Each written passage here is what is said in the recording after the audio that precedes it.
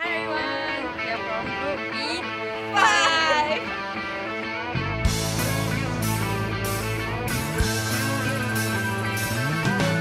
No one told you life was gonna be this way. Your job's a joke, you broke, your love life's the away. It's like you're always stuck in second gear, when it hasn't been your day, your week, your month, or even your year. Okay, for design task A, first of all we need to find preset for methanol and water. So for our question, our temperature is given 64 degrees Celsius, which is 327.15 Kelvin. So we need to use XY equation, which is not preset is equals to A minus B over temperature plus C. So based on the data we got from table B2, we can get preset 1, which is 98.572 kPa, and water is 24.003 kPa. Okay. For design task A1, we need to get the vapor composition Y1, Y2 and the P bubble by assuming our X1 is from 0.1 to 1. So, first of all, we need to get X2. To get X2, we need to, the formula is 1 minus X1. Next, for P bubble, we need to use this formula, which is X1 multiplied by P1 set and plus X2 multiplied by P2 set. Next, to get Y1, it is equal to X1 multiplied by P1 set over P bubble. Next, to get Y2, Y2 is equal to 1 minus Y1. Next, we will proceed for design task A2, which is to predict the liquid composition X1 and X2 and also P2 by assuming our Y1 is equal to 0.1 to 1 with 0.1 incremental. So, to get Y2, Y2 is equal to 1 minus Y1. And then for P2, we use this formula, which is 1 over Y1 divided by P1 set plus Y2 is divided by P2 set. Next, for X1 is equals to Y1 multiplied by P2 over P1 set. And for X2 is equals to 1 minus X1. Hi, so now I'm gonna talk about how can we use the macro in our Excel. So first, I'll show the sample of using our macro. For task A1 is to predict the vapor composition and system pressure by inserting the value of X1. So I will show the sample calculation for task A1, which is to predict the vapor composition and system pressure. So in order to do this objective, we have to press the green button and enter our X1 value. After that, this window will be shown, which will be showing our X1 value, X2 value, P bubble, and Y1 and Y2. Okay, next is for our task A2. Task A2 is actually to predict the liquid composition and system pressure by inserting the value of Y1. So we'll start now.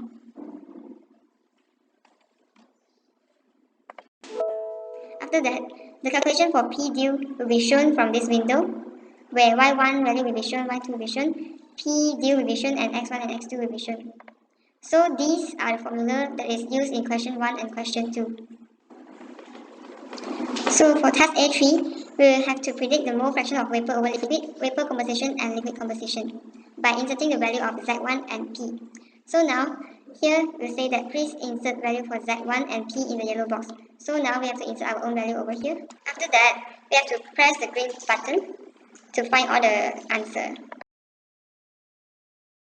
So if the value for Z1 and P is valid for two phase, where the P is in between P bubble and P due, the phase will be shown that there is a two-phase system. K1, K2, VL, Y1 and Y2, X1 and X2 will be calculated.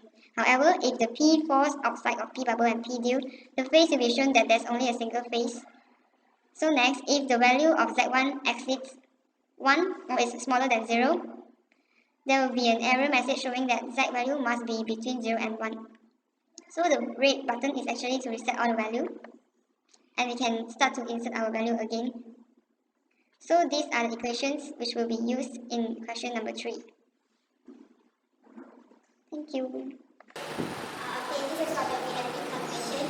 First, methanol and water in weight percentage is given in the question, which is methanol is equal to 92.64 weight percentage and water is 7.36 weight percentage. And then we must convert the weight percentage to mole percentage. First, we assume the feed is equal to 100 kg per hour. For the molar fluoride methanol, we must have 100 kg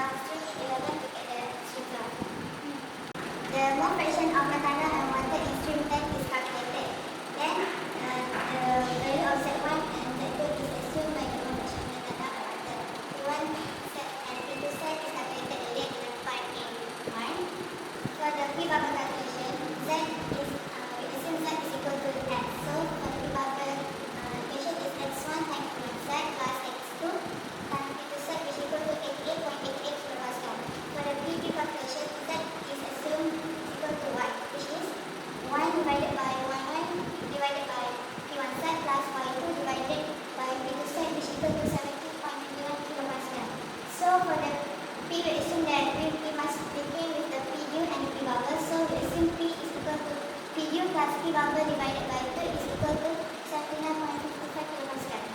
In order to find V, we must find the Q value first. For the Q1 is equal to P1 set divided by P, which is equal to 1.24. For the K2 is equal to P2 set divided by P, which is equal to 0.3. And then we substitute K1 and K2 into this formula, which is summation Y equals to Z times K divided 1 plus P times K minus 1. After we substitute the value of A, then we got this function and we solve it with solve function in the calculator, and then we get the value of P. L plus P is equal to 1, and then to get the value of L, we subtract 1 subtracted by V and equal to 0.2988. After we calculated the value of V, we substitute the V into this equation to get the Y1.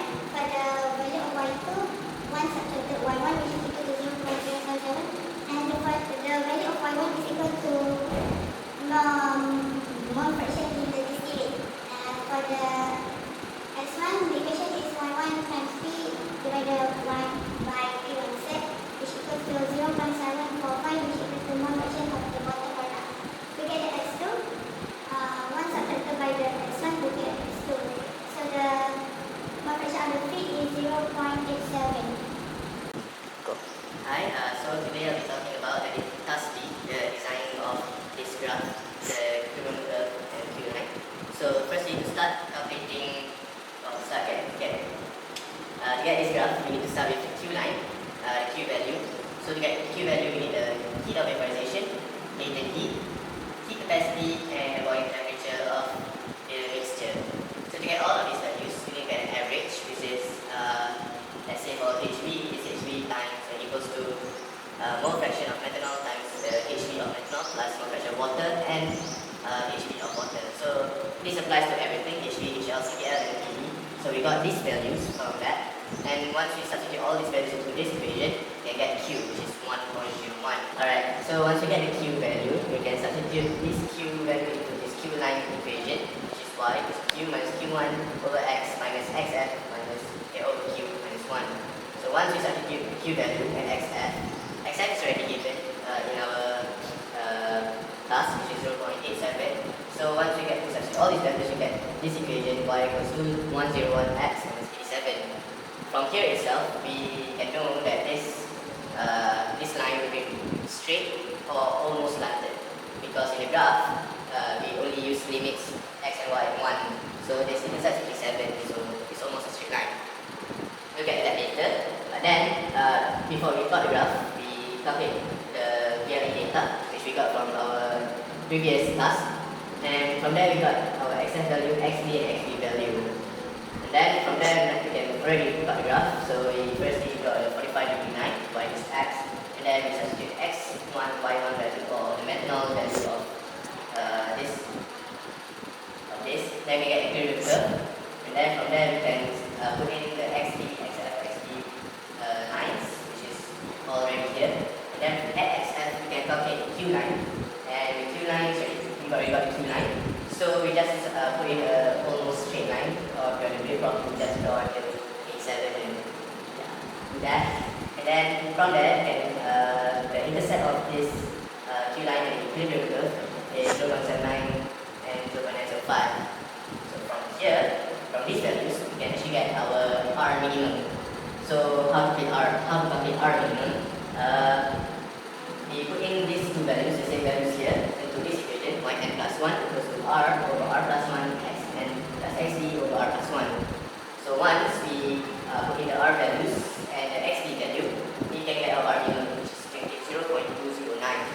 And then from this R minimum, we can also get the R optimum, which is this value multiplied by any number between 1.2 and 1.5. So we choose 1.3. So from this, we got R optimum value is 0.271. What this translates back into this curve, this graph, is that with these two values, you can plot 2 points. So the R minimum point is at this intercept, and the R optimum is under here. So from there, we can draw two lines, the rectifying line and the stripping line of this process. So once we do that, we have to try and draw some stages. But unfortunately, since these two lines are not suited for graph or this process with all these values either invalid or if it's valid, there's only one stage, so it's a single stage process. So that's all for this part. Thank you. Okay, so for task B, because we cannot find the stages and trace for the previous graph, therefore we have to do some changes and do some assumptions so that we could calculate the trace and stages by doing the sample calculation. First, we assume that the inlet molar flow rate is still 100 mole per hour, but then we have a new assumption that is still 1 molar for the P. Then from there, we can calculate the Q by using the same equation from the previous part. So the Q calculated is 1.0367. So after that, we assume that the F, which is the fractional ratio, is 0.59, and times it with 100 mole per hour, we can get 59 mole per hour for our distillate. Then next, we can know that our stream charge flow rate is actually 100 minus by 59, which is 41 mole per hour. Next, we also assume that the X methanol, which is the mole fraction for stream charge for methanol is 0.05, and the mole fraction for water at stream charge is 0.95. After that, we can calculate the mass balance, which is input equals to output, to know the mole fraction in stream 11. After the calculation, we can know that XF is 0.5, XD is 0.813, XB is 0.05. Next, we can start to plot our graph to determine the stages and trace. Firstly, we have to plot y equals to x straight line. Next, we have to plot the equilibrium curve by using the data we calculated at task A1 and task A2. Then we can plot the xd, xf, and xd according to the value we got just now. Then we can use the q value to plot our q line. Then after that, we can plot our enriching line to intersect with the equilibrium line and Q line in order to get the coordinate to find our R minimum. So by substituting the F coordinate into the equation, we can get our R minimum, which is 0.026. After that, we can calculate our R optimum, which is 1.3 times with R minimum, which is 0.0338. Then we can plot our R optimum line for enriching line. So after plotting 3 of our operating line, we can start to calculate the stages by plotting the step down. So from this graph, we can know that there's